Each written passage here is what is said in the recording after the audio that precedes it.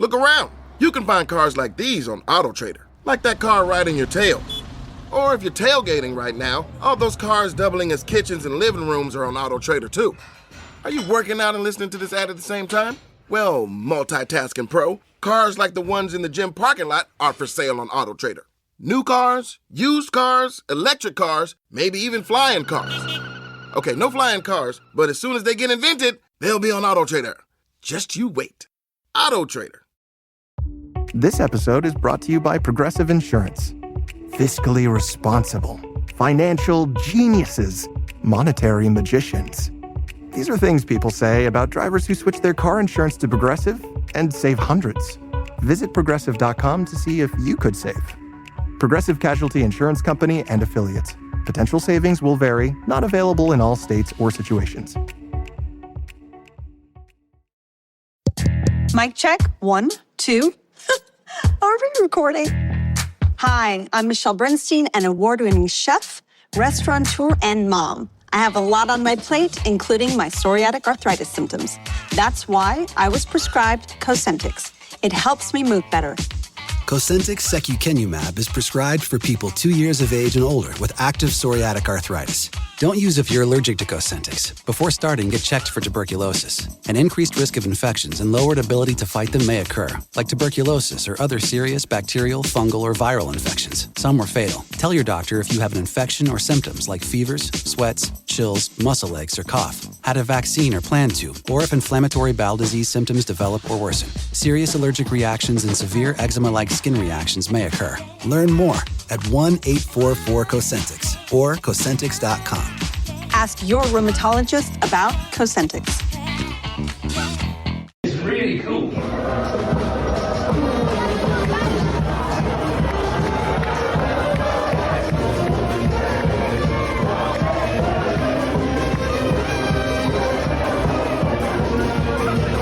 Bonjour, hello, and welcome to the Rosbif Rugby Podcast, your one-stop shop for all things French rugby. Top 14 ProD2 National, Les Bleus, the Champions Cups, Challenge Cups, brilliant towns, cities, bars, stadiums, restaurants, everything that makes the French rugby experience so fantastic. I'm joined in a sunny backdrop by Rob, who's wearing a bit of UBB kit. Was that from the most recent trip? It looks quite fresh, yeah. That one. Yeah, it was our one in January where we saw them lose. Good. Absolutely. How have you been? All good? Yeah, all good. It's amazing how busy everything is when you're unemployed. I feel like I've not made much progress with anything. just if you've got a finance job in London, preferably in sport, drop us an email, rosbeefrugby@gmail.com. But yeah, other than that, trying to get fit for cricket, getting there, feeling good. We both played cricket on Saturday. That's when I last saw you. How have you? You've not fared well since then, though. No, I've been laid low by some sort of seasonal illness or other. A little bit creaky, as you might be able to hear in the voice, but not too desperate. Yesterday was not ideal though, but yeah, otherwise all good. And we've got I'd say probably as exciting an episode as we've had in quite some time coming up. So very much looking forward to piling in. Maybe that's why I've not made progress on the job front. Just so much going on in French rugby that's really exciting, that is quite distracting. And I think we should probably get into it. Yeah, I wanted to just very quickly, though, just a final aside. I wanted to give you something to mull over for the rest of the pod and then come back at the end. So okay. My beloved, if slightly beleaguered Exeter Chiefs put in an okayish performance at the weekend away to Harlequins, who weren't great, to be fair. But more importantly, it's been announced that there is a stage play of Robert Kitson's book, The X-Men, about Exeter Chiefs, is coming to the Exeter Northcote Theatre. So it's being dramatised. Who's going to play big debuts? I have no idea. But my question for you, Rob, to come back to you later in the pod, is if you could dramatise a period, an event, an occasion, an occurrence in French rugby for the stage, what would it be? And who would you have as the protagonist? I'm going to leave that with you to mull over. Okay.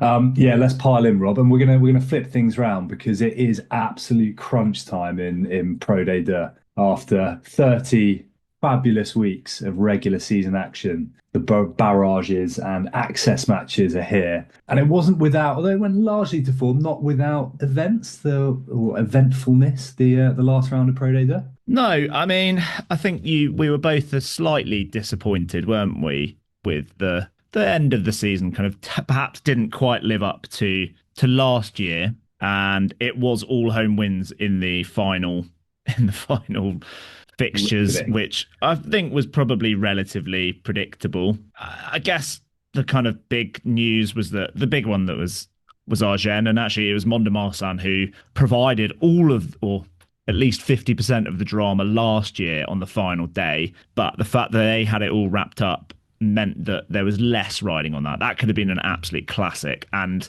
they played like a team that was safe from the week before. It looked pretty lackluster. Like some of the Agen tries early on in their 45-13 victory over Mont-de-Marsan, they were literally like walking through gaps at rucks and stuff like that. Also an enjoyable amount of cards.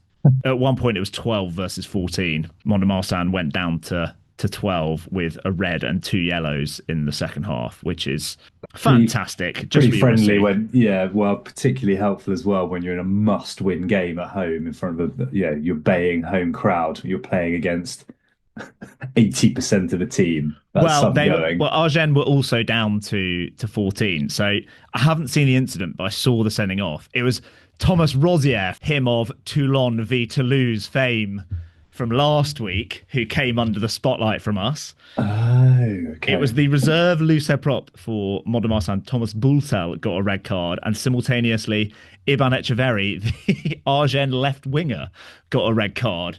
So they didn't show the incident on the highlights. I haven't had time to go back and look at it. I heard something like contact with the head, but I don't know what it was. But it was a simultaneous red card. But yeah, Agen were comfortable victors. So they were safe despite the fact that Aurillac also ran out relatively comfortable victors at home to Mont-de-Marsan. They looked all right, to be honest. Did I say Mont-de-Marsan? Yeah, forgivable. I literally make that mistake every time. They're too similar. Aurillac and Aurillac. Aurillac and Oyonnax. Mont-de-Marsan and Montauban. Interchangeable. But yeah, they looked pretty good. June Peters, the Dutch winger, looked really good, linking up nicely with Carl Martin. And Hugo Sun, who is the fly half, who has attracted quite a lot of love on social media. I'm not entirely sure why. He's obviously seems to be some sort of cult young hero, 24-year-old. But he's very popular on social media and people love him. Former Blognac man, maybe that's why. I think maybe his dad played as well. But he went well. He scored a lovely try that was also quite comical from Montauban player just missing the ball on the chip and chase. I just interject and say your shift towards full Ros Biffness is complete. I'm pretty sure Carl Martin is from Galway or somewhere like that. He's quite a pale redhead Irish fella. Yeah, I did think he looked quite pale. Martin, I like it. But he's GIF though, so it's confusing. Is he GIF? He is GIF, yeah. One of a number of Irish GIFs in Aurillac, it seems. So Aurillac did end up on 57 points and Agen on 59. So Aurillac will go into the access match. Nice at home ran out winners against Dax, so they finished on a high, which we predicted. So they've ended up 22 points behind Aurillac. So the kind of end of season, they've kind of mirrored a lot of the teams above them. It was just that 13-game winless run that really did for them in the middle of the season. I also just want to shout out at the top of the league, it was all wrapped up with, so despite Provence going down, kind of outdone and out-physicaled by Oyonnax in Joel Ad's last game, Valence Romans played some brilliant rugby at home to a slightly inexperienced Soya Angoulême side. So they didn't get any points there, which meant that Provence secured the home barrage. But at the end of that game, Valence Romans scored a try right at the end, and it was under the sticks. And the 34-year-old back row / second row, Eloi Massot, I assume it's his last game. He's only been at Valence Romans a couple of years. He had a very long stint at Béziers. He took the conversion kind of with everyone around him in kind of an umbrella shape and kind of like, ooh,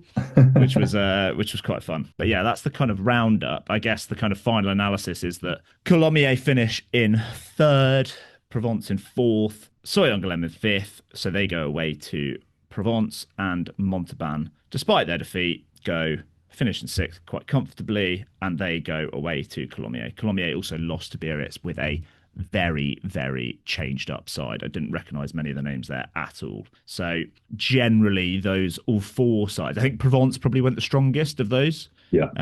wanting that home barrage game because of their unbeaten record. But generally, they were all pretty inexperienced sides, or less regular sides, apart from the odd name here or there. Yeah. Before we preview those, and we've got someone to help us preview in a bit more detail the Provence game in particular. But you mentioned them at the end there, Biarritz, pretty, or potentially at least seismic news coming out yesterday that they have, as it stands, been relegated to National, the third tier, our beloved National. I think it was a couple of weeks ago. So they obviously, we knew they'd had some financial difficulties previously. They were serving, there was a bit of a points deduction this year, as there was for Grenoble last year. But we kind of thought that had been put to bed. And then there was something last week or a couple of weeks ago that came out that I can't remember exactly what the communication was, that suggested there might be some murmurings kind of undercover. And as of yesterday, yeah, subject to an appeal, which I believe has already gone in, they've been relegated, which is one extraordinary in terms of the standing of Biarritz as a club. And for large parts of the season on field, things have looked far more optimistic. And the second thing is the slightly cynical among the commentariat, at least online, have suggested that they feel that this is a sort of formality that will be overcome. But yeah, as our resident, actually, there you go, Rob. There could be your job.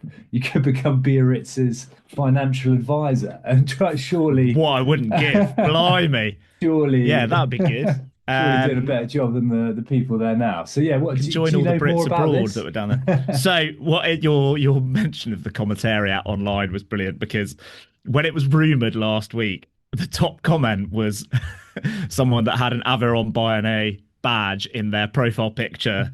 That was and the comment was, like every year, and we all know it, Biarritz will never go down, which I quite enjoyed. Like a little bit of a dig from the Bayonne fans. So the relegation is officially for the kind of the observation, or the kind of realization that the financial situation has deteriorated, and uncertainty regarding the continuity of operations. So basically, I think what's happened is the auditors have been in and be like, you're going to run out of cash, because there was 2 points deduction as well for non-compliance with the CCCP, for not communicating the alert procedure carried out by the statutory auditor. So I assume that is a kind of going concern assessment, fun reference for all accounting fans out there. The statutory auditor has probably flagged it to the board, which they would do ordinarily, and they have not then referred that to the CCCP, which is the kind of financial regulator. We also know that as part of the finances in in French rugby, you have to kind of prove out your budget, and they basically have been also deducted 1 point for next season because of the inconsistency and improbability of their initial budget and the updated budget. So presumably they've kind of made an update halfway through the season where they said, oh, well, we haven't got as many fans yet, but we will get these fans, or something like that. And as you referenced earlier, they had got in a bit of trouble with some paperwork issues with the guarantors' money earlier in the season. They had a suspended 3-point deduction, and that has been revoked, which I thought that meant reversed. It actually means activated in that context. So they would, in theory, be going into next season with a 6-point deduction in National. They have already appealed. The issue is around the guarantor, basically. The guarantor is a very, very rich man. He is not the owner. They've tried to, I don't know whether they're kind of trying to get his funds, or they don't want his funds, or they do want his funds. I don't think, no one really knows what's going on in the boardroom, I think. The quote I've got, cue boardroom shenanigans that the writers of Succession could make dramatic. But the appeal gives them time. Well, the appeal gives them a chance to be like, look, well, we've got these funds, here we go. If that ends up coming from a benefactor, at least they can say, look, well, we're going to get a cash injection of £100 million or euros or whatever. But there's all sort of weird trust guarantor stuff going on that I assume no one will ever really truly find out. But yeah, I think the appeal rumbles on. The parallel is with Grenoble from a couple of years ago. Apparently it's a very similar situation. That's kind of before we started looking at ProD2 in quite as much detail. Okay. But the final outcome for Grenoble was not relegation and 6-point deduction or 8-point deduction. Yeah. I think it was 6 or 8, yeah. So Which given they the kind of, squeaked out of and made the final, didn't they? yeah, and I think given the skepticism online, I would assume that they won't go down. But as things stand, they are officially down. Yeah, and that obviously could potentially have ramifications for the bottom of the table. Aurillac will play Chambéry, who lost to Carcassonne in the access match. And we're speaking to somebody in just a moment who will give us the full lowdown, a world exclusive, I would suggest, this interview coming up right next.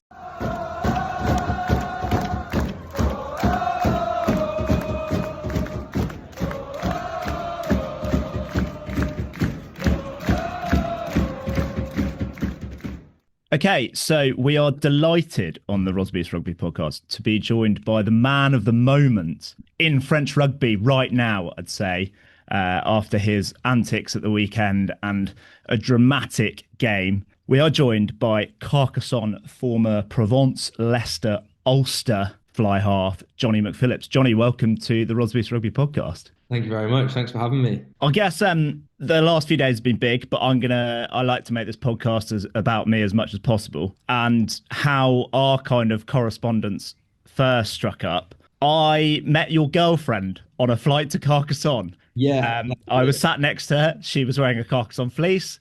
I noticed that she was reading a lot of articles about Johnny McPhillips, which I found quite niche for a girl on a flight, albeit one going to Carcassonne. Talk me through how your end of the conversation went. Yeah, so literally it was quite funny you said that because that's well, because she's always Maddie's, so my partner Maddie, she's always sort of saying, I know, use your social media and all this kind of stuff. And I got advice ages ago. It was actually when I was in Ulster. I remember after we lost, I think it was the Dragons at home or something, or it was a real stinking game. And I remember Tommy Bowe said to me, he was just said, never read it when it's good, never read it when it's bad. He's like, that's my one piece of advice for you. He's like, just stay away from like social media. So from then on, I always like never kind of made a conscious effort to not buy into the social media kind of stuff. And then she said, oh, well, I was actually on the plane and I was speaking to a gent who's got a rugby podcast. They had taken interest in France and all this kind of stuff. And I was thinking, oh, really? He said, yeah, well, they tried to, he said it'll be in one of your requests on the thing. But I've got quite a few requests because my accounts are like private. And I honestly wouldn't even like genuinely look at quite a lot of them. Or if I did, it'd come up as a notification or whatnot. If I don't immediately recognize the person, I'll probably just say, I'll probably just leave it there. And then I went through, I said, oh yeah, well, clicked on that and I went bang shit. You should make an effort to do that and stuff. People are like interested and it's really good. And it kind of just made me think that I actually probably do need to make a bit more of an effort and whatnot. But yeah, she said you were really friendly and she had a great discussion as well. So she obviously knows that the national is quite niche as well in terms of talking about it, which she's followed it all year. So she found it quite interesting to speak to somebody who had an interest in it and as well. So yeah, it was good because normally if she's trying to conversate, it'll be with people in French and whatnot. So I think she was happy, but nice. Yeah. I don't want to throw her under the bus, but she didn't seem that enamored with National compared to ProD2. But yeah, no, there's a couple of social media guys around, like Carwin Tupelotu, who's just come over from Scarlets to Po. He's very active, and it's like just seeing behind the scenes of a rugby player in France is fascinating. There's a few. I guess you would have played with Tim Armour Harrison last year. Yeah, or a bit. Yeah, he made a bit of a storm, I think, in the early days of his stuff at Provence of just the pool, the house, all of that jazz. And you guys do live a fantastic life, which leads us on to the last few days. Talk us through, we're going to work backwards. Talk us through from final whistle. For anyone that isn't aware, by the way, Carcassonne won the National final to get promotion into ProD2, and Johnny here kicked the winning conversion beyond the 80. So talk us through, Johnny, from final whistle up to the current point of time. I've seen blokes on the kind of Dotto train around the town. I've seen Carcassonne, I don't think has ever, US Carcassonne social media, I don't think has ever been as active. And they are active generally. Yeah, no, it's pretty much exactly what you've seen is what's happened really. It's pretty awesome. So after the final whistle, obviously the immediate celebrations on the pitch and, we have one player who's retiring and our captain. So they both lifted the trophy, which was a nice send off because he's been a great servant to the club. And then we kind of stayed in Narbonne until I think maybe around midnight and then got the bus back to the club. And I think there's probably a couple of thousand people at the club waiting for us to to celebrate, and there was a firework display, and it was really done. I was actually a bit surprised that so many people were still up, to be honest, but everyone was absolutely buzzing. And then party all the way through until the morning. Some boys continued on all through Sunday. So where's that party taking place? That was still at the club. That was still at the club. Okay. Yeah, that was still at the club. And then as sort of breakfast time arrived, people then moved into town. And then about 4 o'clock on the Sunday, we had like a parade around the town, which is what you'll have seen when we're all on the sort of like bus train thing going around the city with police escorts. That was pretty cool. And everyone sort of came out, and we finished up at the castle, which is pretty cool. And we had like a presentation there with the mayor from the town, and then all the supporters and whatnot, and had like a function at one of the sort of like outdoor bars in the castle, which was really cool. So it's been pretty good. And then even yesterday, boys met up again in the morning and powered through the whole day with the bouclier and continued the celebration. So there's still some sore heads, but there's some guys with phenomenal engines. I'll give them that. So it's gonna ask. We're gonna try and get out of you a little bit later. Maybe some of the guys who've been key at the end of the season in your sort of brilliant running and form, but. Yeah, who are the trailblazers? Who's leading the way from Saturday night? Who's like the Joe Takori to Tuesday morning? There's to be honest, we've got quite a young squad, so the young boys are just like, I think like, as you know yourself, as you get a bit older, like the hangover starts to hit a lot more. So early on, everyone was on flying form, but it's now sort of the young core of lads. So I'm trying. Are they still going today? They're still going. Yeah, they're still going. Today. Name names. Who's the ringleader? I'm trying to think who's there now. We've got a young hooker, Baptiste Moreno, Paul Gadea, Clement Egiano. All the young boys that are just, I suppose, no responsibilities as well. They could just, no families to go back to or no kids to look after. So they're just absolutely powering on, which is fair play, and why not? And they've also got the engines to do it. But a few of the older heads, like myself, Gary Graham, Staffa, Jordan, we sort of shut up shop around Sunday night, but we'll see. We've got a few celebrations planned throughout the week, so I think for me and the older boys, it's about picking our moments and sort of getting the credit as well. So you need the permission slips. So wow, good. To be young again, I guess. Rich, do you remember those days?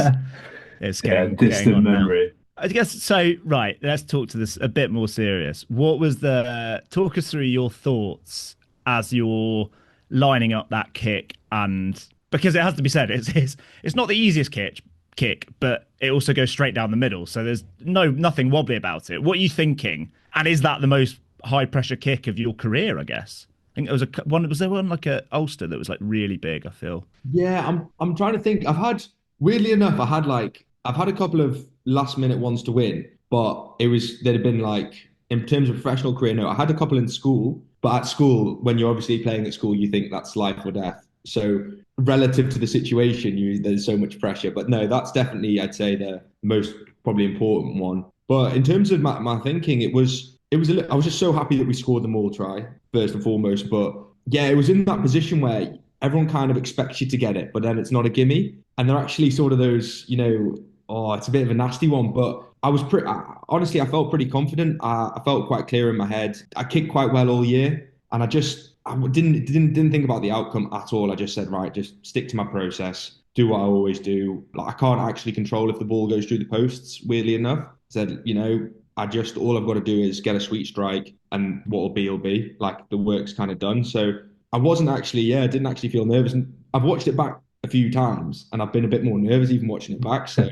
I think I was also just so tired as well after the phases leading up to it. So, but I've seen the photo at the end of all my teammates sort of turned around and saying prayers and stuff. So clearly no one had any confidence in me. So I've mentioned that to a few of them, but they all said, no, it's just, they were just wishing it to go over. So someone did actually comment on Twitter when we put the reel up about, they said Sedberg v someone. So maybe someone with a long memory, possibly Alex Moon's dad. I think it would have been, I'd say. Yeah. There we go. John Moon. So clearly that was a bigger game. Sedberg Wellington, he said, and Rob and I were like, that means nothing. But you mentioned the relief about the try at the end. Are we allowed to talk yet about that try and the double movement? And has there been any chat about it afterwards? Because we play cricket, and if you've won the league season on a dodgy LBW decision, you're like, it was brilliant, it was definitely out, yeah, and you just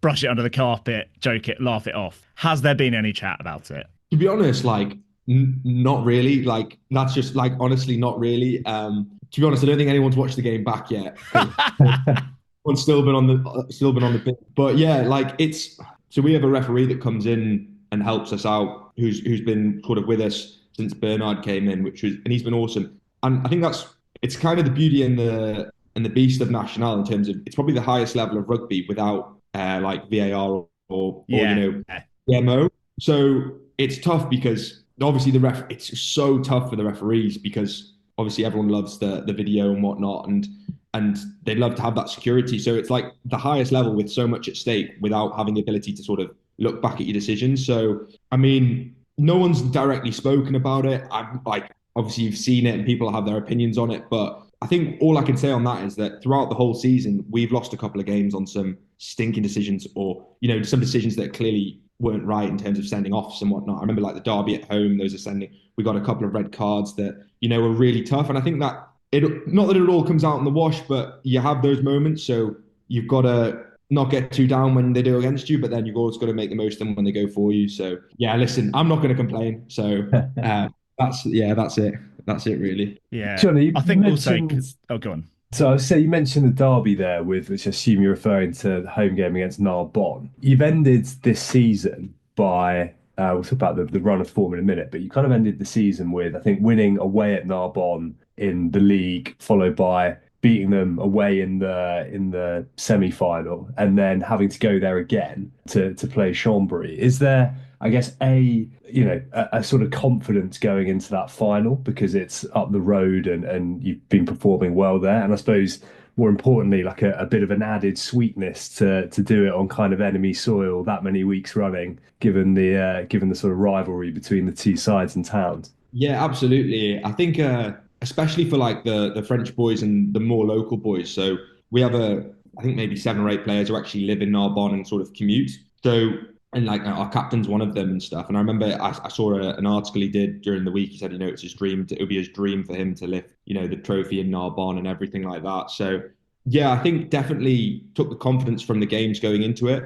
I think that's I think you've seen it and you'll see it throughout. Like I remember Quins a few years ago in the Prem, like teams just finding that bit of form at the right time. And if you'd have asked me, 4 weeks before the end of regular season, are we going to smash the playoffs? I'd say we'll see, kind of thing. But we kind of seem to find form at the right time and continuity, and obviously got lucky with injuries and a discipline as well. So throughout the season, we've had a lot of suspensions, a lot of needless red cards, penalties, and stuff like that. And that's kind of what we really focused on going into playoffs, and I think it really, really helped us. And like you say, obviously, when you get big results away from home, it really does fill the boys with confidence. So we found that sort of belief at the right time, I think, which was really good and really nice. And I guess your form generally has been pretty red hot in the back end of the season. With, I think you racked up 200 points for the season, which is pretty impressive. The big question that we have at Rosbeefs is, have you been awarded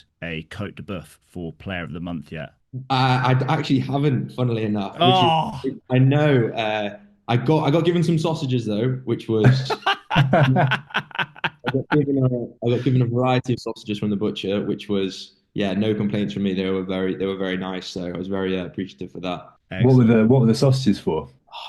What? Sorry, in terms of what sausage? Is that an award, or was that just sort of on the house?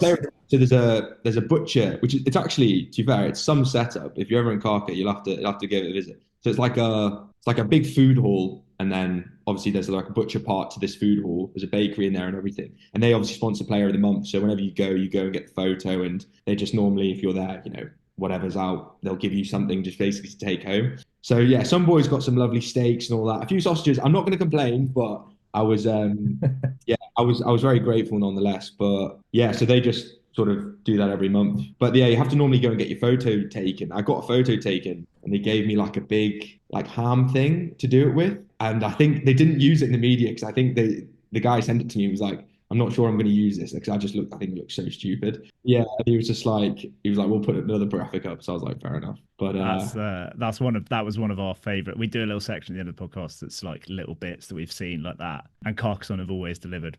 Partly like there was one with Sean Aidendorf last season where he looked like he was like in like phone shop. He was in like the car phone warehouse effectively, like looked like he was selling kind of mobile headsets or something. But yeah, when we saw the Côte de Boeuf at Carcassonne, that was amazing. I guess terms of your form this season, who from the squad has like really impressed you? Because obviously you're at Carcassonne couple of years ago, but you kind of returned with a vengeance this season. Has there been anyone that people perhaps might not have heard of that has really impressed you that we should keep an eye on for ProD2 next season, or just generally needs a shout out for their efforts over the season? Yeah, absolutely. I think the really impressive thing as well is that we've had such a good squad. So before, I suppose we kept the same team mainly for the playoffs, but before that we rotated a lot and the performance didn't really drop. But with having a young squad, I mean, our scrum half Gaetan, was here last time I was here at Carca, but he left to go to Massey and then has come back since. And, you know, he's been really, really important, especially when games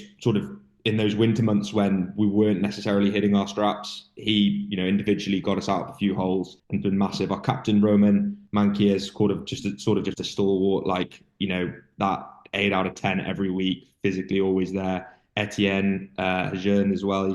He's our sort of line-out caller and another big leader for us. Raf, our hooker. And they're sort of kind of the older heads, I guess. But then in terms of the young guys, we've got a lot of energy sort of in our back three. We've got a sort of fly-half fullback called Neil Chaliez. I'm probably pronouncing that wrong. But yeah, he's a real live wire. And I think, yeah, if we play in ProD2, he'd be a one to keep an eye on. Paul Gadea, really good as well. We have Clem Egigiano, he's actually going to Nice, but he'd be playing National again next year. So he was happy. Will he?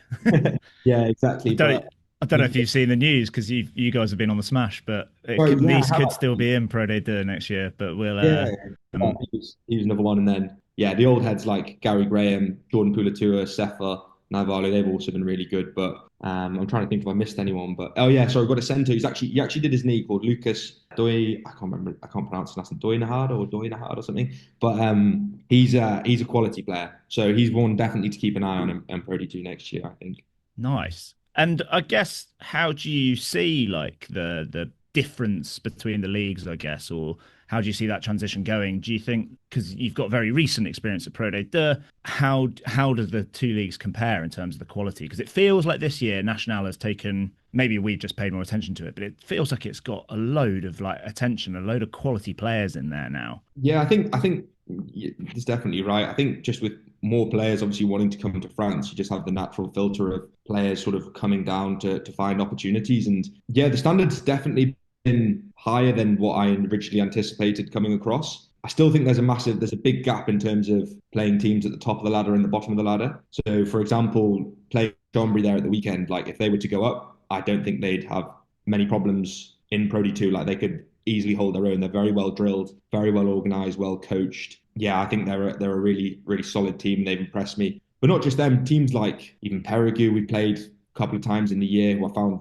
really difficult to play against. And it's kind of that, yeah, like the physicality wise, it's not a million miles away. I'd say the things that are different from ProD2 is maybe just the accuracy around some of the play, discipline. But that's also in part with the refereeing as well, and like we spoke about, no videos and whatnot. And then overall, probably just ball and play time and stuff like that's a little bit slower, the game. Having said that, you get games that are, you know, you obviously get the outliers, games that are fast, that are at that kind of ProD2 level. But I'd say for the most part, yeah, it's probably just slightly slower.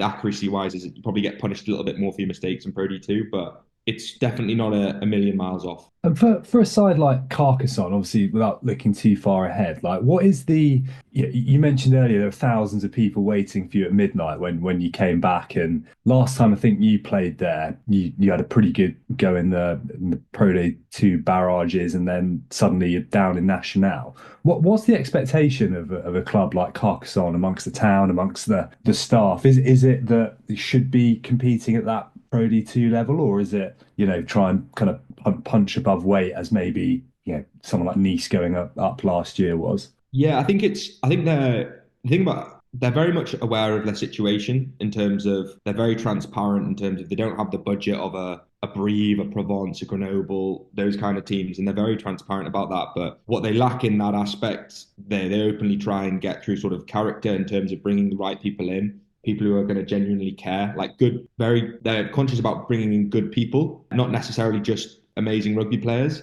And that hasn't changed from my first stint to my second stint. And that's kind of the ethos of the club, I think, is sort of to bring in people and try and surround the group and the environment with people who, independent of salaries, contracts, budget and all that, who will just give their absolute best and will help those around them kind of thing. And that's kind of, where they've been. Like I remember when I first signed there initially, they were very transparent in the fact that they said they probably don't have the capacity to go up. They'd love to, but they understand it'll be difficult. So they wanted, to come and try and get the best out of yourself for however long that may be. And then if you are to, seek other opportunities, they understand that. But they kind of want the best of you, and you want to give them you want the best from them, if that makes sense. So, but hopefully next year, if we can recruit well, obviously the ambition will be to stay up in ProD2, because I think although the ambition might not be to take over the top 14, it's definitely, I feel like they have a place in ProD2. So, and I guess just talk us through kind of the last couple of years for you generally. So you kind of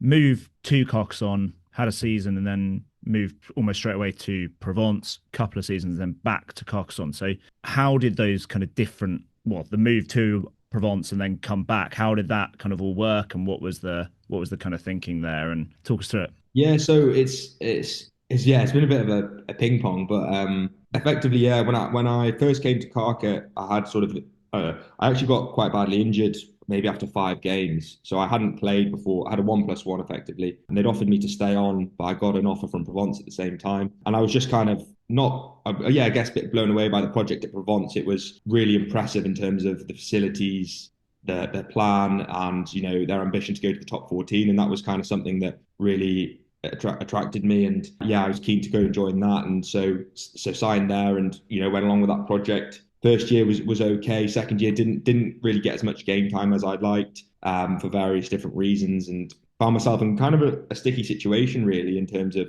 I hadn't played an awful lot, had a few leads throughout the season and potentially going away and getting opportunities, but nothing really ever materialized for one reason or another. So it was kind of then, all right, what do I need to do? Like, it's probably been a year now where I've not played consistent rugby, and luckily Carcassonne had said they'd sort of been in contact with me throughout the year when they'd seen I hadn't been playing, if I'd come back. But I was kind of keen to see out my contract and, wait for opportunities at Provence and whatnot. So I knew that potentially there was some interest there, and it kind of just sort of materialized at the end of the year when opportunities were slim. They had an opportunity, said, right, come and, play with us, help try and get the promotion. It's a club, you're going to get minutes. We want to go up. You are ambitious. You want to go up as well. And we'll have the opportunity to kind of do something together and stuff. And at that time, it was probably exactly what I needed, to be brutally honest. Like, I just hadn't played, so I just needed to get playing as much as I can. And I felt really fit. I felt good mentally, despite not getting the minutes that I wanted. So the only missing part was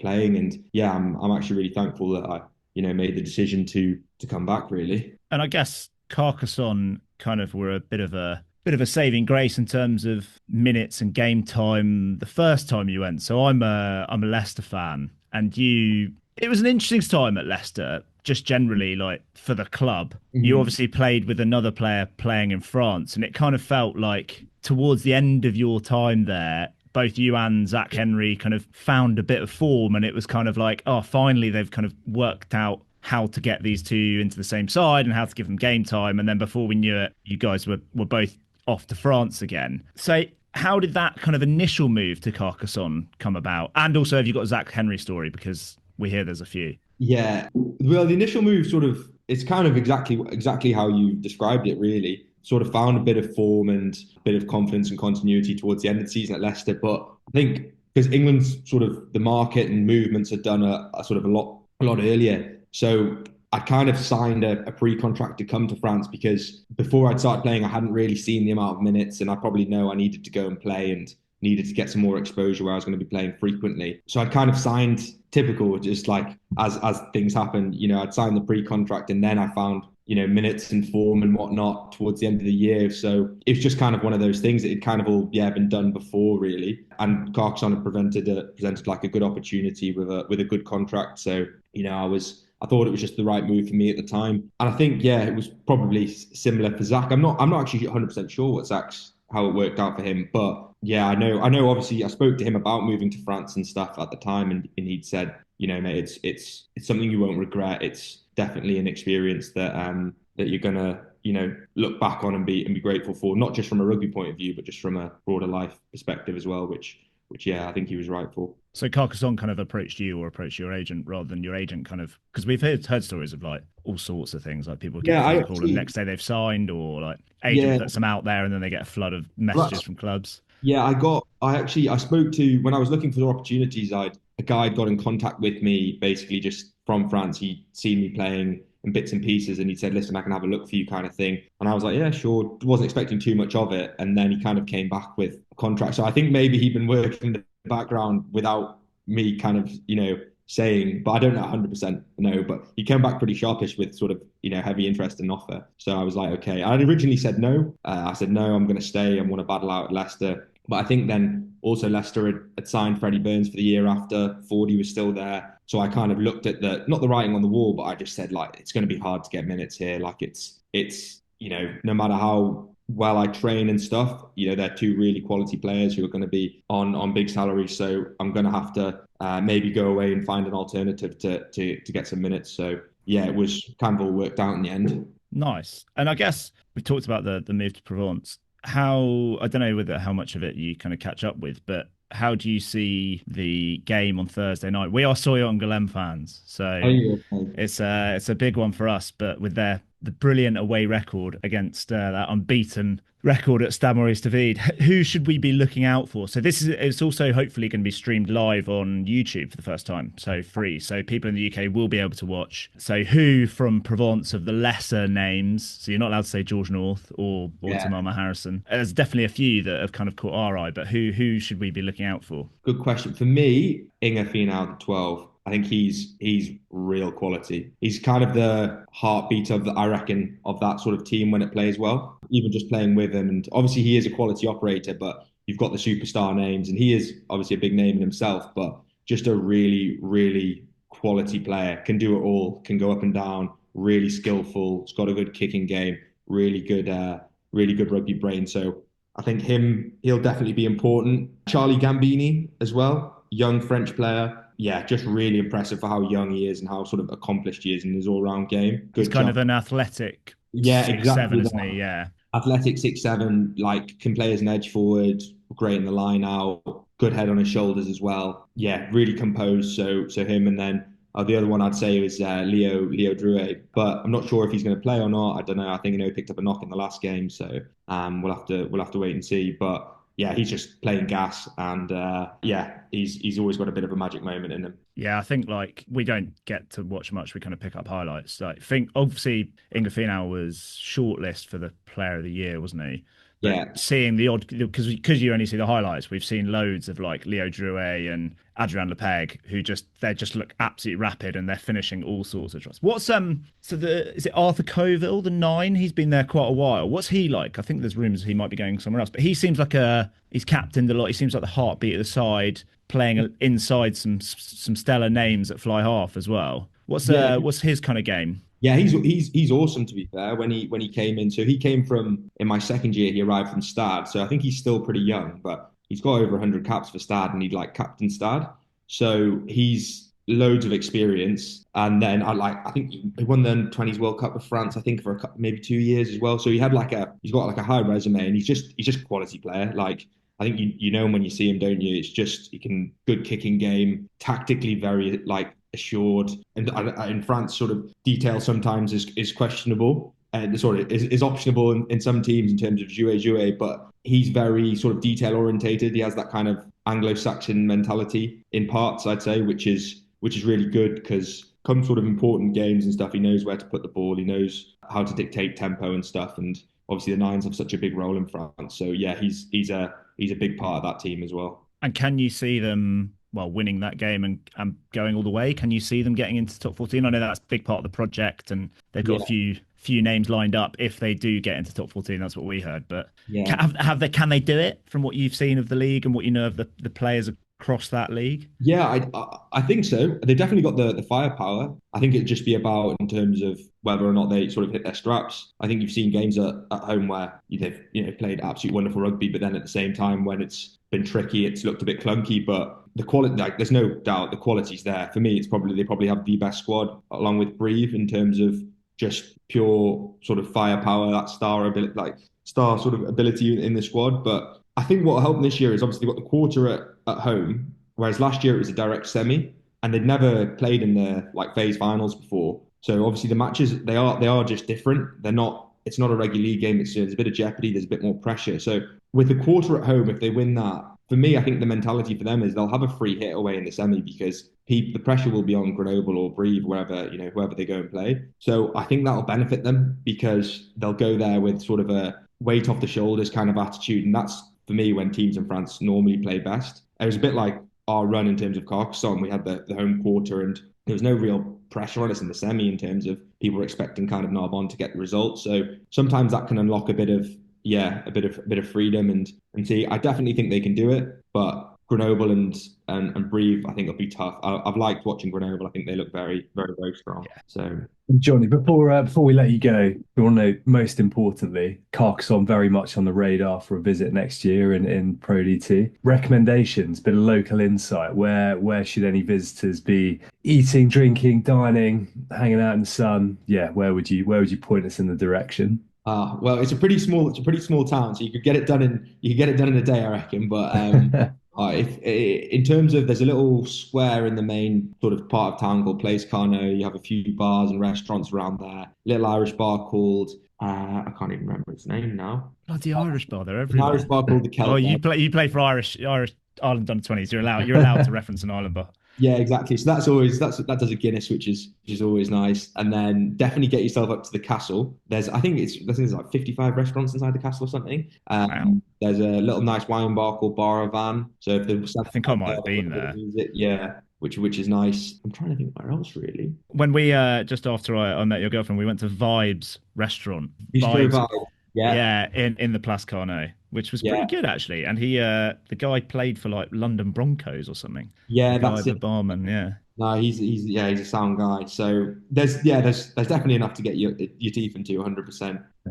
Excellent. It's a very agreeable flight it's like a 10:50 a.m. flight from Stansted. It's actually pretty reasonable. Yeah. And it's often quite cheap. So yeah, we'll be coming out and hopefully seeing you in action next season. But for now, thank you so much for your time. That has been a brilliant interview and a lot of fun and a lot of great insight. Thank you for giving up your time. We'll let you go recover / get back on the sauce, whatever's enjoy the parties, take dinners with the president or whatever. But yeah, thank you very much, Johnny, for coming on the Rugby podcast. No worries. Thank you very much. Thanks for the time. Enjoy the chat. So have a good rest of the week and hopefully catch you next year.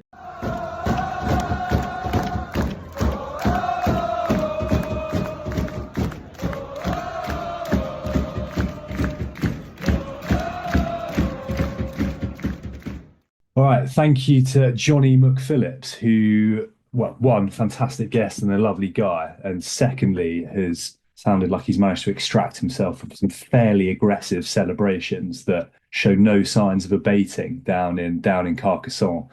Just to wrap up, I guess, our coverage of ProD2 and National for the week, we spoke a bit there, Rob, about Provence, and Johnny gave us the inside line. They take on Soyo Angoulême, our boys. Where do you want to go? Biggest, I don't know if it's fair or unfair to say biggest game, but certainly the highest profile game, I guess, certainly in their recent history. Well, for both sides, really. But apart from the semi-final last year for Provence, maybe. But first time Soyo Angoulême have ever been in the barrage or in the ProD2 playoffs. So this is their biggest game. Unfortunately, it's not at home, but they do have the best away record in the league in the regular season with 7 wins and 1 draw from the 15 away games, which is pretty good going, I'd say, to have lost less than 50. Yeah. 50% is pretty good, but they are obviously taking on Provence 15 out of 15 at home. What I would say about Provence's home record, it is very good and they are unbeaten, but they've only got 6 attacking bonus points in that. So it's more a case of them squeaking it out rather than running riot like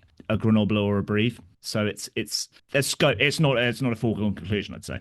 Yeah, absolutely. And I guess as well, there's Johnny mentioned it a moment ago, there's a potential little bit of lingering, or there could be, from last season where they were did they finish top of the log? But either way, they were beaten at home, weren't they? And that will potentially sting, albeit perhaps it's a good shot to have had. We've spoken quite a lot about Angoulême this year, but are we going to go beyond the usual suspects in terms of where this game is going to be potentially snuck away from home? Your Massabakas, your Arthur Proulx. Well, I think it's important to note that we found out yesterday that FR UK on YouTube are going to be showing these games live. So the fact it is these 2 barrage games initially, which is very, very exciting. So we get to see these players, and I think obviously we got a load of players to look out for from Johnny in the interview from the Provence side, which is really cool. Really excited for people to see more of Alex Masabaka, and they can jump on the hype train that we've built up, that we personally started, and also Arthur Proulx, who set up he's not had loads of game time off the bench. Not had loads of starting time recently, but it's still making huge impacts. I think in terms of the game being won and lost, Soy Angoulême have a young squad. They can get, depending on who they put out, they can get a little bit beaten up front. And as Johnny said, Provence have the firepower, and they've got a big old pack with some of the big names like the internationals: Isaac Rodder, Thomas Francis, Capelli Peffoletti, Guy at Luced, who I'm not going to try and pronounce his name, begins with W, is an Argentina international, Harrison. And then I think the key thing is Ingafino up against presumably George Tilsley at 12, 2 really, really physical 12s. But I think if Soy Angoulême can match them at scrum time, the full strength scrum has gone really well, but it's just whether they can continually win that forward battle. And someone like Alex Masabaka is going to be key to that because of the amount of carrying, explosivity of that carrying. But it actually might come down to someone like Sekeli Nabu, like a big old unit in the second row, wise old head, Motu Matu as well, a couple of big islanders just in the core of that engine room, I guess. It's going to be fascinating because Soy Angoulême are going to go and play rugby like they have done all year away from home. The previous game between these two sides, correct me if I'm wrong, Rich, was 57-45 or something like that. Yeah, 60-45, I think I had scribbled down here. It was a bit of a, it was pretty, pretty free and easy.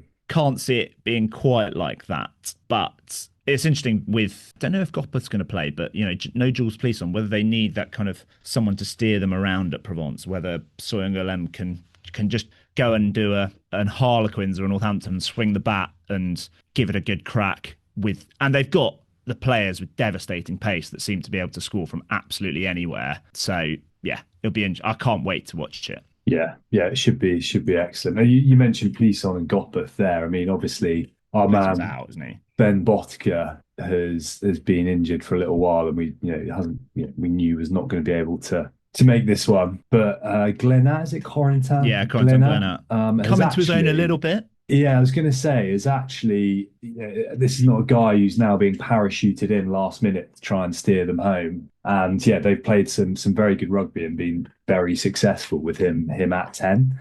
And I think, maybe just a little, I don't know, one that a few folks might be sleeping on in terms of, both generally the way he orchestrates play, his goal kicking.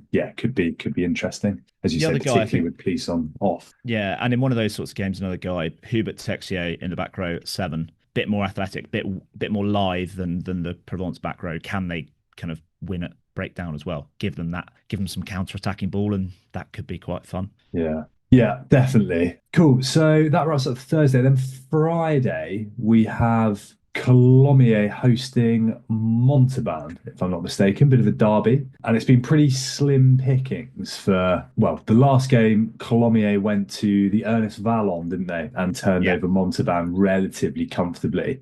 Yeah, and have been in blitz. Fantastic form, particularly the back half of the year.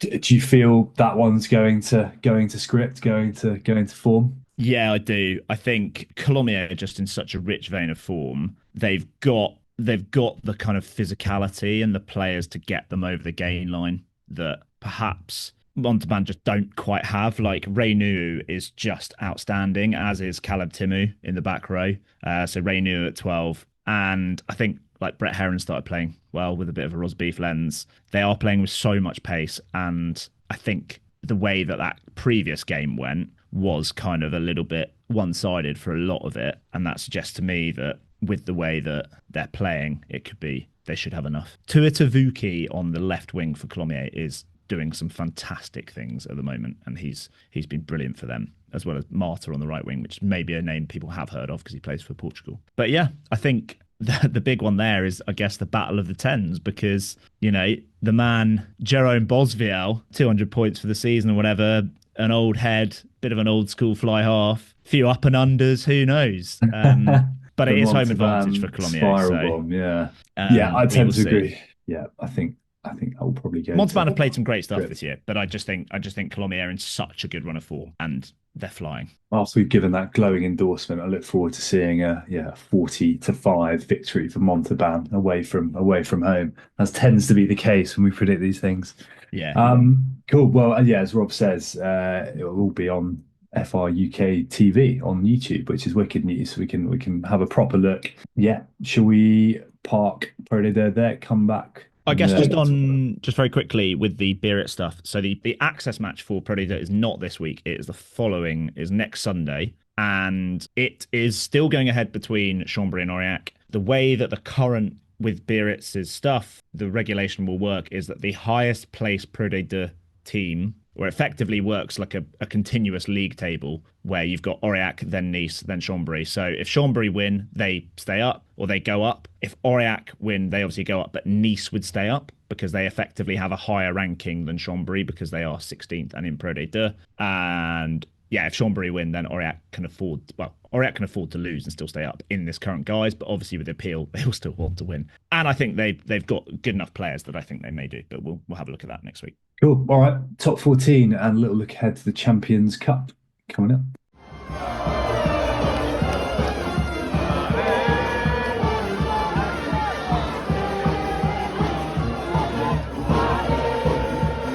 All right, Rob, we've largely made this a bit of a kind of ProD2 special, but there was some top 14 last week. Headlines: Stade Francais stayed just above Van with Zach Henry nailing a last-ish minute 78th penalty. minute, yeah. Racing 92, crisis, what crisis? Big Sam Patrice has come in. Fabulous win, actually, 37-35 away. The only away win of the round, Richard. Across both leagues. Both leagues. I was like, oh, we've had all home wins. Then I was like, no, Racing. And Racing were bloody good value for this win. They did not get the rub of the green with the ref. So Toulouse, yet again, getting a bit of the rubber green. And like, some of the yellow cards were just so harsh. I know we've had a dig at Racing's discipline, but they were both the Diallo... No, the Hambosi one was complete joke, and the Joseph one's pretty harsh as well. But they were brilliant. Dan Lancaster with a lovely touch at the end. Again, a player that has come under criticism, and we've said recently, kind of under Colazzo, has been fantastic. Legarec was brilliant in attack and defence. And let me shock you, Richard, I thought the best player on the pitch was Gail Fickou. I thought he was absolute mate. He started passing. He looks amazing. It's amazing how good he can be when he passes. Yeah, they were way more physical. They looked way more up for it. Dominated them at line out. Woki and Diallo, fantastic. Yeah, they just looked good. They looked really good. Yeah, well done, Racing. With games to come, so they've got to play Montpellier at home and then Lyon away. A little bit of a sniff, dare I say, at the barrage. A few things will obviously need to go their way. Another team that has sort of... Well, Richard, one team that also has a sniff of the barrage, that already has one more point than Racing, and has arguably more favourable fixtures than Racing in the final rounds, is Section Paloise, because Po go away to Van, okay, not great away record, but if you're going to go away anywhere, that's where you'd want to go. That. I don't think they'll win that, but on paper, favourable fixture. And then La Rochelle at home, and La Rochelle don't travel. So what I'm hearing there, Richard, is 9 or 10 points for Po, so they'll end up on about 61. And they'll be fine. Yeah, and we'll be in the barrage, and then we'll win the league, and Joe Simmons will be knighted. Yeah, quite rightly so. Yeah, Po, with La Rochelle, who have snuck up, could be like a barrage shootout that last game, in theory. Yeah. Oh, La Just Rochelle, on Poe, just my weekly love for Fabien Braubery. He made the Rugby Rama Team of the Week. He set up a lovely little interchange try with Emilien Gaeton, which is the centre combination we all want to see at Poe for the next decade. And yeah, just he's good. He's real good. But yes, La Rochelle are suddenly really good again. Yeah, and it sort of slightly irritates me. It makes me think maybe this is the top 14 slightly too forgiving a league in that sense. Team that didn't win for 6.5 years is suddenly fifth. It's weird, isn't it? But they've been playing some good rugby. They have, yeah. And to be fair to them, if you look at it, 2 of those wins are away from home. Yeah. So they've dug out a couple. Yeah. Especially Bordeaux, to deny Bordeaux in even a defensive bonus point. Like that's a good performance. It's a good result. Yeah. They found their physicality. I assume it's partly because guys like that back row has had a bit of a rest. Flying. And a fit and healthy and fresh Greg Aldrit is a much better version of Greg Aldrit. Singular focus as well on the league, obviously. Not that you can ever afford to, but a team like La Rochelle with their pedigree in recent years can't take their eye off the Champions Cup. Like you have to be all in on that. I saw a couple of notes, and again, it's just commentary, for want of a better word, online saying people have been jumping to conclusions about La Rochelle and maybe jumping the gun, and actually they weren't as bad as as people were making out. Whereas I actually think it's firmly the other way. I think there were games. I've got eyes, yeah. Like there were the cohesion in attack for months was appalling. Basics were appalling, and actually they were lucky. They should have lost to both Toulouse at home and Clermont were it not for some fairly iffy refereeing. So I think that's a little bit of a little bit of people trying to be a bit smart about that because they were terrible. But fair play, they're clicking at the right time, you could argue. And it is the key man in that is Antoine Hastoy. He's such a barometer for them. Like if he's good, that means they're playing well. When he's not on his game, that is partly when they look dreadful because he's just kicking it dead the whole time or stuff like that. But another drop goal for him. His 4th career drop goal, not his 2nd. For anyone that's thought last week was his 1st. I did actually see a tweet saying Hastoy following in the footsteps of the maestro Bosviel. So yeah, maybe he's been how like Johnny Wilkinson goes down to do kicking sessions. Maybe they got Bosviel in, that sort of thing. There were also wins for Clermont over Perpignan, Bayonne over Vannes, so they're both still in the mix at the bottom, unsurprisingly. And Bordeaux in the early kickoff on Saturday beat Cast, who snuck a little losing bonus point, which could be important in the run-in. Bordeaux, who went full click ahead of the Champions Cup final this weekend. Fairly, from what I could tell, fairly Bordeaux performance or like the full spectrum of Bordeaux in terms of the fallibilities that can still be there, and then lighting the touch paper and some absolutely magnificent rugby. I mean, the refereeing in this, the first 2 tries for Bordeaux, I think are both forward passes. First try is more obvious from Biarritz to Biarritz. And if you're going to let Louis Biarritz get on an outside break down the left wing with a head start, with a forward pass, like that's the kind of the leg up that they kind of need, I guess. I think Jalabert, aside from that, once they got level, they started a bit slow and it looked very much like a kind of smash and grab job from Cast. A lot of kicking forwards in this game, which was great. 50-22 from Babio. But Jalabert was once they kind of got into their game, Jalabert was just magical. Absolutely magical. And they had 2 fly halves on the pitch because they had a 23 stone fly half who, from first phase ball, just on his 22, sent a huge up and under and was let down by a very disappointing chase.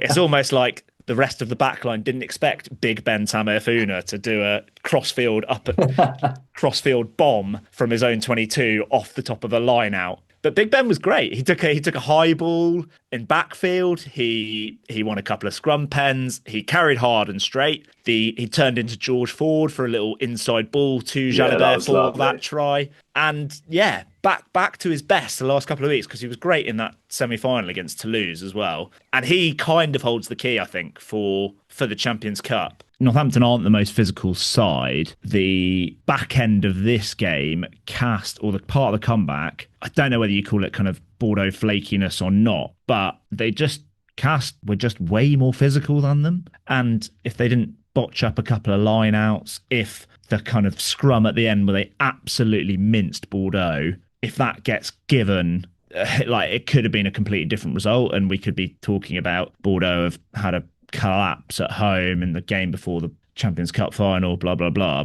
But I don't, and I think that's still a weakness. They don't have the depth of physicality in the front row, probably. I think that the back five is all right, especially with guys like Samu and Petit coming off the bench. But I don't think Northampton quite have that. They don't have that kind of cast level of physicality, like someone like Nicholas Carato, who is massive, to come off the bench to kind of turn the screw at scrum time and maul time. Like they ran in a maul from the 22, and I don't see Northampton doing that. Yeah, it's really interesting, isn't it, in the sense that the prominence of big forwards and power up front has been so, well, it's always been important, but it's felt particularly marked in recent years in high-level rugby because of probably South Africa, if we're being honest. And yet the two finalists are, you would put their packs, at least from a scrummaging and mauling perspective, as fairly middle of the road. I mean, there's some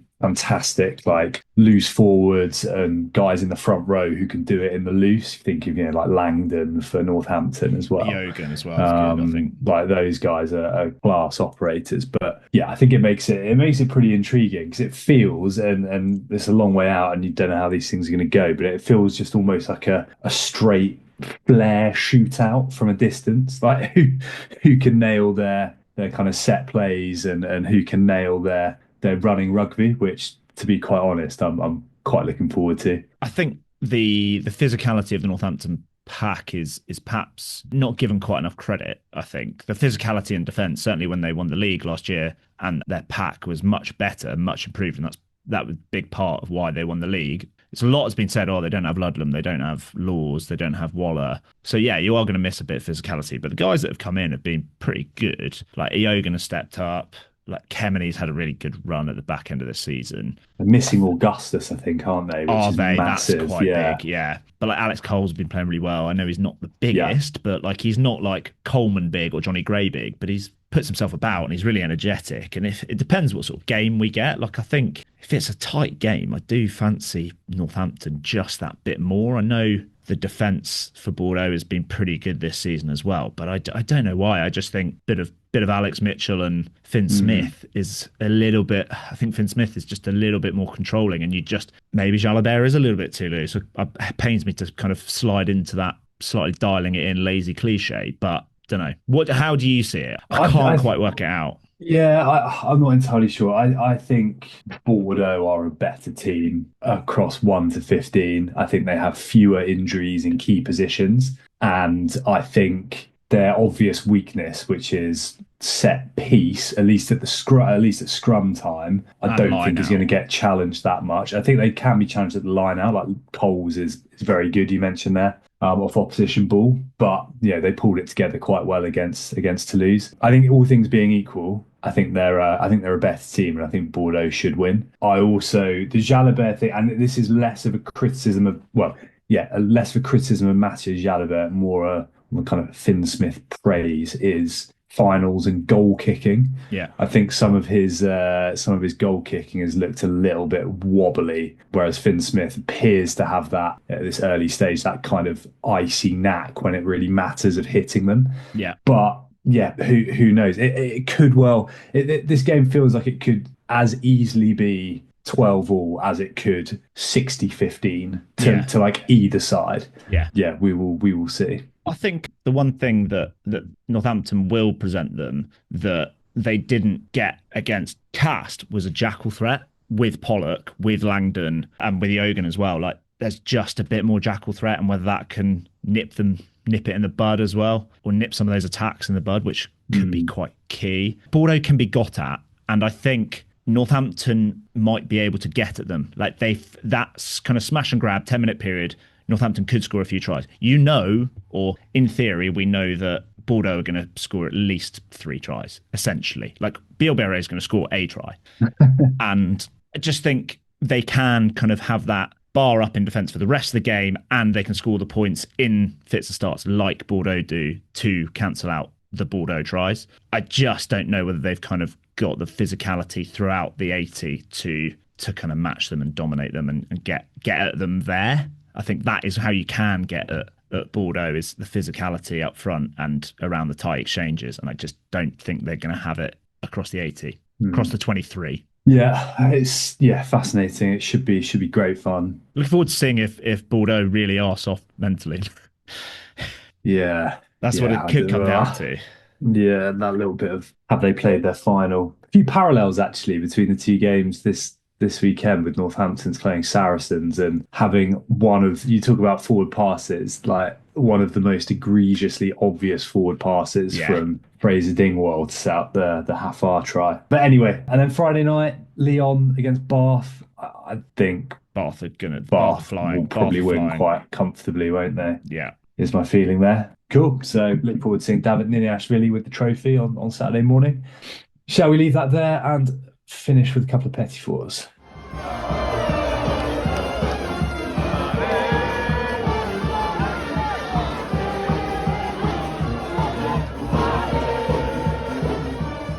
Okay, Rob, amidst all of the genuine rugby and intrigue and controversy and teams getting promoted, relegated, I haven't seen too much this week. Oh, mate, there's loads.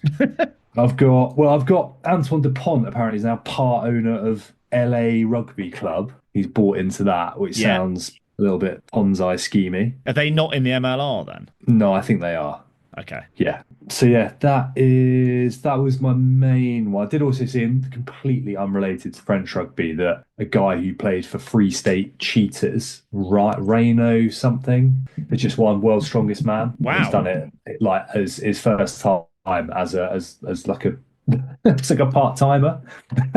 Wow. Which is quite cool. Go on, furnish me. What have you? Some light-hearted stuff. Montauban, I saw them doing the crossbar challenge, which is really nice to see. Various mixed success, but something I'd like to see more of. Bring back the crossbar challenge. I saw that Jaco van Tonder, Perpignan second row, back row, is under consideration for the France squad this summer and is eligible for France on residency ground. Few transfer bits. The USAP president came out and said they've signed Duncan Paiawa on a 2+1 deal, which is really cool. Paiawa just needs to get fit. I think he's a brilliant player. It's confirmed that Paiawa and Jamie Ritchie, they will be there even if Perpignan are relegated to ProD2. There has been a flurry of stuff in ProD2, which includes Béziers sacking their head coach, Pierre Caillet, over the weekend after taking over in 2021. I did see that, yeah. And the whole squad issued a statement backing him in the role, criticising the club's new owners for poor communication. He's more than a coach, sort of thing. And it's signed. The signatures are there on their account. It's signed, and it's literally signed by like every player in the squad. It's phenomenal.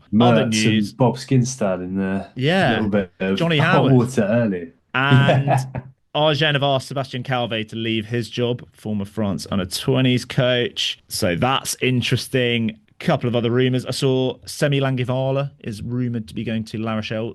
I saw him play at Mont-de-Marsan. He was absolutely brilliant. Very like Sorelli Mangala. Looks like Dax are preparing a bit of a raid. The Six Nations. Six Nations fixture has been announced, and it controversially starts on a Thursday because the Friday is the opening ceremony of the Winter Olympics. A lot of people saying, it's the end of rugby as we know it. TV takes precedence over fans. Can't believe bobsleigh is more important than rugby, blah, blah, blah. But I think the Winter Olympics in France is quite a big deal. Like there are a lot of people that do winter sports in France. So it is, kind of makes it's actually it could be quite canny. Apparently Saturday it's clashing with big football games in all of Europe. Did it have to be that weekend though? I think surely that's the question, right? Does it need to be? I think a Thursday Six Nations game seems like just a massive pain in the arse for everyone, to be completely honest. Yeah. is my cynical take. Maybe that's a bit boring. But I agree with not clashing with the Winter Olympics. France and Italian viewers, I guess, as well. I think they could do it on the Saturday evening, couldn't they? I think big football games, they're always you're always going to compete with big football games. And also, France are drawing bigger crowds than France rugby is drawing bigger crowds than France football now. I know the PSG or whoever it might be, or Man United or Man City or Liverpool or whatever might be bigger than that, but it's always been there. like it should probably be Saturday evening, and it's also probably one of the games of the tournament. So agreed. Yeah, a bit from me was I'm correcting the record on last week. I think I said that the final of Elite Feminin would be between Stade Bordelais and AS Romagna at Stade Marcel Michelin. Yeah, that is in fact one of the semi-finals, because the other semi-final is the big derby, which is Toulouse v Blognac. Oh, nice. So yeah, a couple of proper juicy ones there. So before we conclude, Rob, have you had a thought about your dramatisation? But my immediate thought was Montpellier this season, or like the last couple of years. So just for some of the shenanigans of just the wild behind the scenes stuff. There's probably better periods in French rugby that are slightly more light-hearted. Trying to think, but who would play Bernard Laporte? Who'd be a good Bernard Laporte? John Malkovich. Who's a good? Who are the other? French Mark Strong. Yeah. What's his name? Altrad. You could have. Don't know. Yeah, that's a good one. That is a good one. I was thinking. Did you have any? More I was thinking that famous. Well, I don't know. It's sort of semi-light-hearted. The Battle of Nantes. The All Blacks France 1986, where among other things, Buck Shelford had to go off with a torn scrotum. Yeah. So I think just some good fringe character, like the team doctor. There are also rumours that there were a lot of people think the French team were on some sort of narcotics that game. Yeah. And you could have like, I don't know, you could do a little crossover. The Breaking Bad guy could be like the team physio. Yeah. And everyone knows when he comes in. What's his name? The Bryan Cranston. So he'd be involved. That's much better than might need to flesh that out, but I think it's got legs. Yeah. Look forward to putting on that stage in a couple of years' time. Yeah, should we leave it there? The Champions Cup finals are upon us. Should be a beaut, Northampton, Bordeaux. In the meantime, please do get in touch either via social media at Rosbiff Rugby or rosbiffrugby@gmail.com. Shout out to Reese and Kerry, who are returning from their what sounds like quite an eventful trip to Merignac, among other places. We're promised that they'll give us the full lowdown, so we'll give you, the listener, the inside spiel on that next week, because it does sound like quite an eventful occasion, and we love to hear about these trips. Email us if you've got an idea for a French rugby stage play. We'll receive those with open arms. And I think that's about it, Rob. Anything else? Yeah. No. Enjoy some live ProD2 action, and remember to reference Ros Beefs if you're ever commenting on any of it. Just be like, Ros Beefs love Alex Masabaka, or they love. Ros Beef's been saying Ray New is the best player in ProD2 all season. You know, all that sort of stuff. Just mention us a lot everywhere you see stuff about live ProD2. 100%. All right, that's been Rob. I've been Richard. We've been the Rosbiff Rugby podcast, and for another week, au revoir. Au revoir.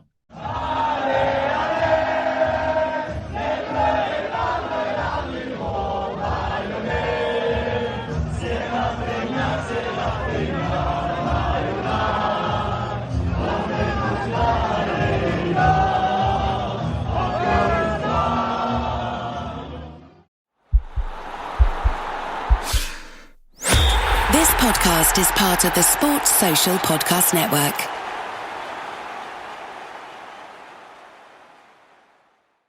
At Arizona State University, we're bringing world-class education from our globally acclaimed faculty to you. Ranked #1 in innovation for 10 consecutive years and #2 among public universities for employability, ASU isn't just ahead of the curve. It's creating new paths to success. Earn your degree from the nation's most innovative university. Online. That's a degree better.